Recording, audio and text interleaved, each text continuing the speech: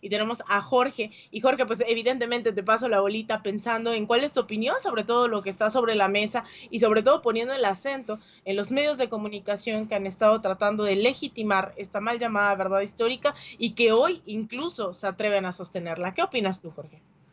Sí, Alina, muchas gracias, te estaba escuchando detenidamente. Sí, mira, yo veo cosas muy importantes en todo lo que ha sucedido en estos días y que representa también un trabajo pues amplio y de compromiso por parte del gobierno de Andrés Manuel López Obrador.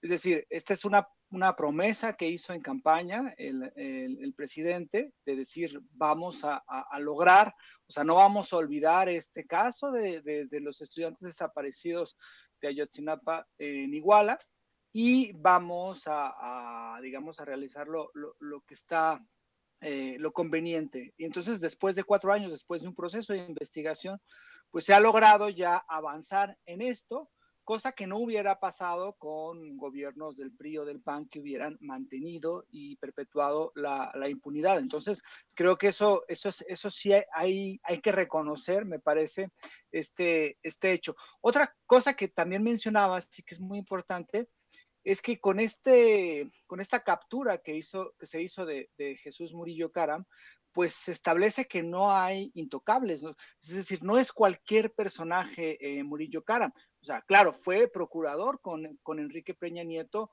pero fue presidente de la Cámara de Diputados un tiempo, fue senador, fue gobernador de Hidalgo, fue secretario general del PRI. Entonces, no es cualquier figura, no solamente el procurador que estuvo involucrado en un acto deleznable, ¿no? Para ocultar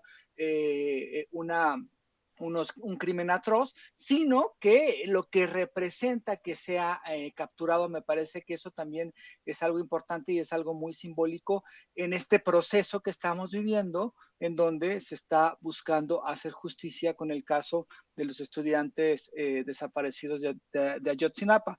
Ahora, otra cosa que también veo y que es muy importante es la cuestión de la transparencia en este caso. O sea, siempre se le ha acusado de la derecha y muchas asociaciones civiles han acusado a este gobierno de no ser transparente, de no tener la información abierta, de que no sé, cada 2 o 3 semanas Reforma dice que el gobierno de Andrés Manuel es un gobierno que no abona la transparencia y que oculta información. Creo que lo que se ha hecho con este caso, al abrir las investigaciones y creo que son 9 anexos, que son más de 2,000 páginas en total, pues me parece que es algo importante y eso crea un vínculo entre la ciudadanía que puede acceder a esa información y no lo hace ya vía vía otra forma o un informe de periodístico o alguna otra cosa, sino que puede acceder, puede leer, puede establecer, por ejemplo, las diferencias entre la verdad histórica y lo que se concluye en el informe y también puede informarse para tener una mayor percepción de lo que ha sucedido. Entonces, esto me parece que también es importante y que rompe en muchos sentidos con esta opacidad que hubo en todo momento de parte de información oficial en el gobierno de Enrique Peña Nieto con el caso de los estudiantes desaparecidos de Ayotzinapa. Y el otro punto es que también debemos de juzgar como bien lo mencionabas, a todos los medios de comunicación. O sea, también hay que señalarlo, a todos los medios de comunicación, a los voceros, muchos de estos medios de comunicación, incluso hubo libros, ¿no? Que prácticamente alababan la verdad histórica de Murillo Karam, y creo que también hay que señalarlos y también hay que poner el acento en eso. O sea, lo de Carlos Marín es un caso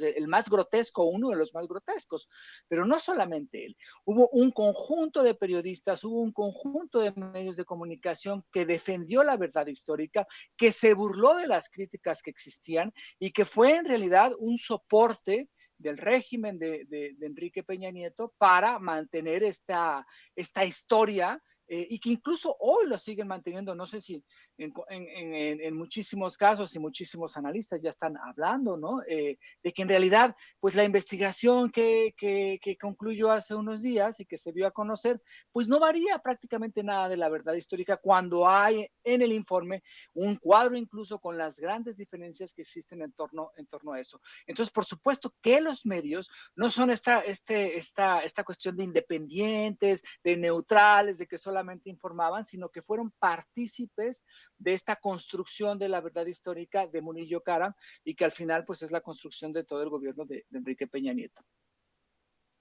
Pues mira, Jorge, yo coincido totalmente, ¿no? Con lo que estás planteando. Incluso me atrevería a ahondar bastante más en estos puntos que pones. No solamente son medios de comunicación que han insistido en la neutralidad, ¿no? Y que también se ha comprobado durante muchísimo tiempo que esta llamada neutralidad tenía que ver con el financiamiento expreso, no solamente en este caso del gobierno, ¿no? A través de publicidad y los contratos millonarios que tenían, sino también incluso de agentes extranjeros que ahora son más claros, que ahora estamos más conscientes de ellos, sobre todo a través de la sociedad civil, ¿no? La USAID, la Ney Foundation, Atlas Network. Creo que todo eso cada vez se va develando, y en el 2014, cuando pasa lo de Ayotzinapa, se hablaba de que quienes posicionábamos estos temas parecía que estábamos conspirando, que esto no era real, que los medios realmente eran objetivos, eran neutrales, que cuando eran de derecha era incuestionable que se dijera que fueran periodistas, pero cuando alguien pugnaba por las causas sociales, entonces sí había que deslegitimar, y creo que ese ha sido el caso, ¿no? Sobre todo los youtubers, el caso de medios independientes, donde se cuestiona realmente el cargo. Pero no solamente los medios, Jorge, creo que hay algo que poníamos sobre la mesa también en días pasados con este caso de Ayotzinapa, que tiene que ver con esa transparencia que tú mencionas, una transparencia que ahí está. Incluso analizábamos este primer informe de la comisión por Ayotzinapa. Sin embargo, veíamos muchísimas hojas desde ese primer informe que todavía estaban marcadas con negro, ¿no? Que sea por no violentar el debido proceso, por no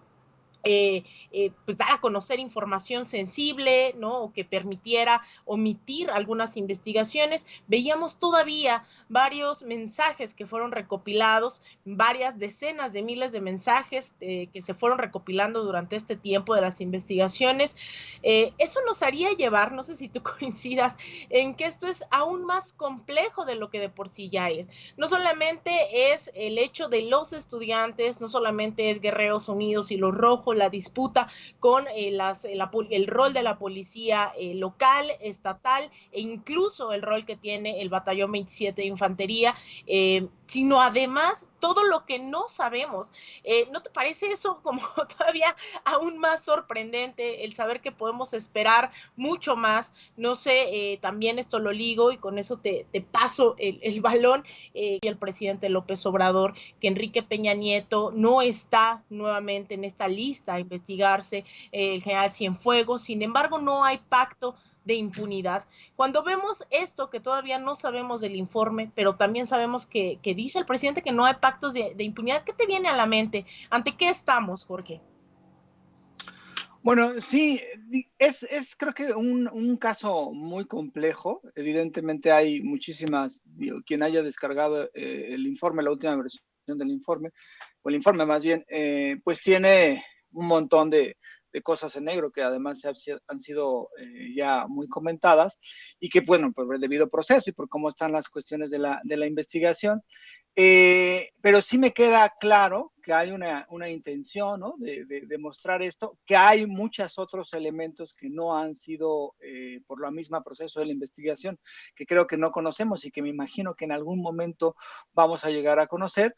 Eso, digamos que es por un lado. Ahora, lo otro es que es todavía un proceso, ¿no? Es decir, el caso de Murillo Karam, la captura, creo que es un símbolo importante, es un hecho de decir, estamos buscando hacer justicia, estamos buscando que no exista la impunidad, y estamos buscando que estos personajes que parecían que jamás iban a ser tocados, ¿no? Ni con el, ¿cómo se dice?, con el pétalo de una rosa, pues lo están haciendo en este momento, y ese mensaje que se envía es muy importante. Ahora, creo que también la exigencia debe ir hacia el Poder Judicial, es decir, ¿Cuáles van a ser los procesos que el Poder Judicial va a establecer para lograr que no exista la impunidad?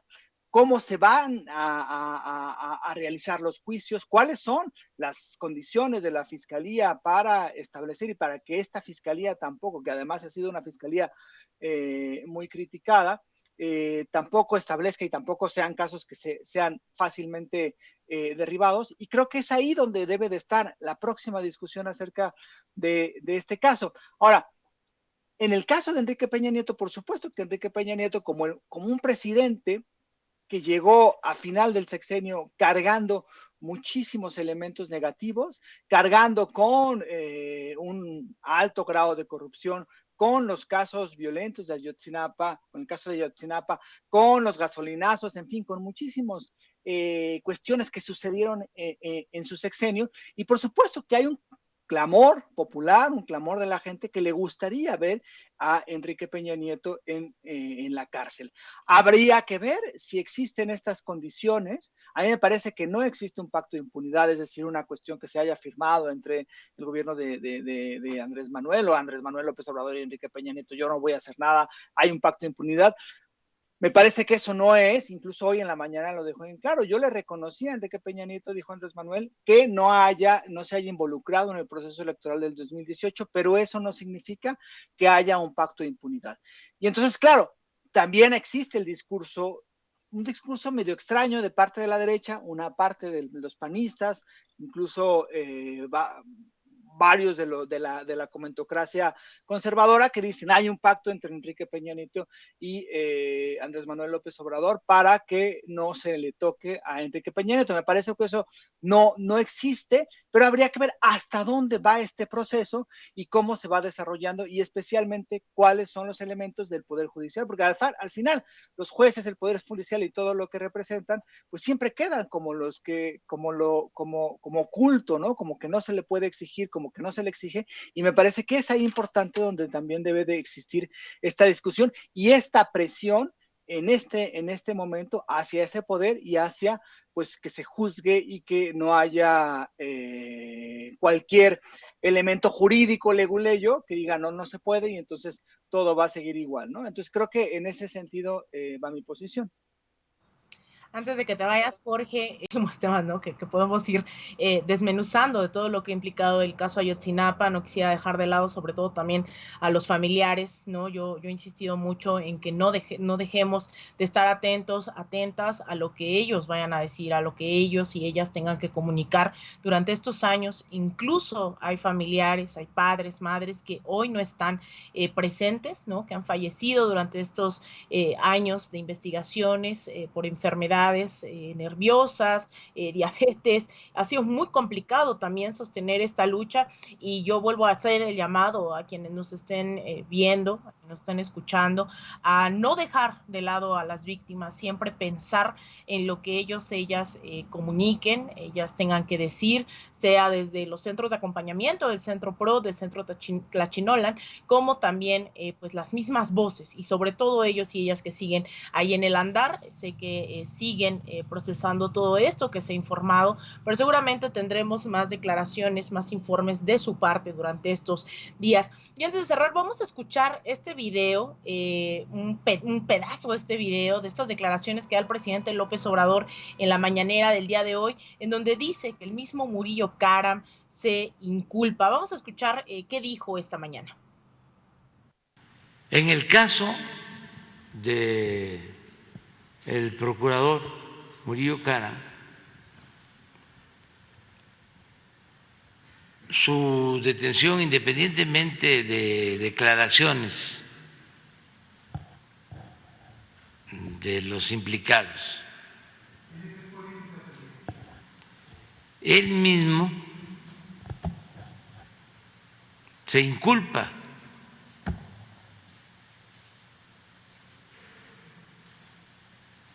De acuerdo al informe y a la investigación de la Fiscalía, él sostiene, a ver si pones,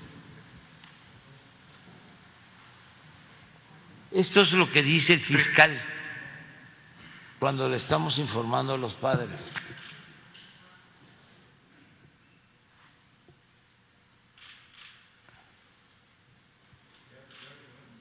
¿Ya? Frente a la magnitud de los delitos cometidos el 26 y el 27 de septiembre de 2014 en Iguala, el Ejecutivo Federal en ese momento intentó soslayar la responsabilidad del Estado mexicano ante un crimen desmesurado y brutal y trató de adjudicarle la culpabilidad total de los hechos a las autoridades del Estado de Guerrero y a sus policías municipales, que eran parcialmente responsables. Pero la dinámica de lo que había ocurrido, que era imposible ocultar, se salió de su control y fue en ese momento cuando el Procurador General de la República, Jesús M., se presentó ante los medios y señaló lo siguiente: estamos preparando un equipo de investigación, se trasladará el jefe de la Agencia de Seguridad y su servidor, que seremos los responsables directos de esta investigación. Ante esa afirmación, sí.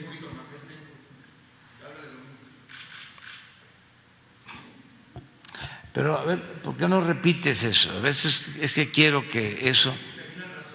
A ver. Despacito. Los delitos cometidos el 26 y el 27 de septiembre de 2014. A ver, ahí está, Jorge. Bueno, parte de este informe que además es bastante completo. No solamente se trata de Murillo Karam, eso hay que dejarlo claro. El informe de la Comisión de Ayotzinapa, más tarde vamos a tener las imágenes de todo lo que contiene. Tiene varios anexos. Durante la conferencia de prensa se ha anunciado que tiene un anexo sobre fichas de búsqueda, bitácoras de campo, reportes diarios de búsqueda SINAL. Tiene también las reuniones de trabajo de la Comisión para la Verdad y Acceso a la Justicia del caso Ayotzinapa. El anexo 5 dice informes a la Comisión. El anexo 6, asistencia técnica internacional, atención a víctimas, análisis telefónico. Eso nos ha llevado a tener, obviamente, pues una información mucho más amplia, que no nada más se relega al caso de Murillo Karam. Sin embargo, claro que es simbólico. En todo esto, ya hablamos de los medios de comunicación, ya hablamos de Murillo Karam, hablamos de la posición que ha tenido el gobierno sobre no impunidad también. ¿Qué sabor te deja, Jorge? ¿Con qué quisieras cerrar sobre esto que va hasta ahora en el debate público sobre este informe de la comisión? Sí, bueno, a mí me deja, por supuesto, que creo que lo importante es que se haga justicia y que no quede impunidad. Este caso, que ya pronto, ¿no? En unos cuantos años va a cumplir 10 años, me parece que es un hecho de cómo, digamos, muy simbólico de la forma en cómo el país se logró, digamos, caer en un proceso de completa decadencia, ¿no? Es decir, grupos del crimen organizado actuando de forma impune con relación a policías municipales y con un gobierno encubriéndolo, con un ejército también participando en el encubrimiento y también sabiendo que estaban sucediendo un crimen y que además no lo detuvieron. Entonces, creo que simbólicamente Ayotzinapa representa, por un lado eso, pero también representa, por otro lado, una cuestión del despertar, no despertar, pero sí de la conciencia de muchísima población que en su momento se manifestó por estos hechos indignos, que hubo un montón de marchas y que hubo un montón de digamos, de movilizaciones, y también la conciencia de los familiares de los desaparecidos, de los estudiantes desaparecidos, y por supuesto este régimen que se fue resquebrajando y que en el 2018 perdió en un proceso electoral.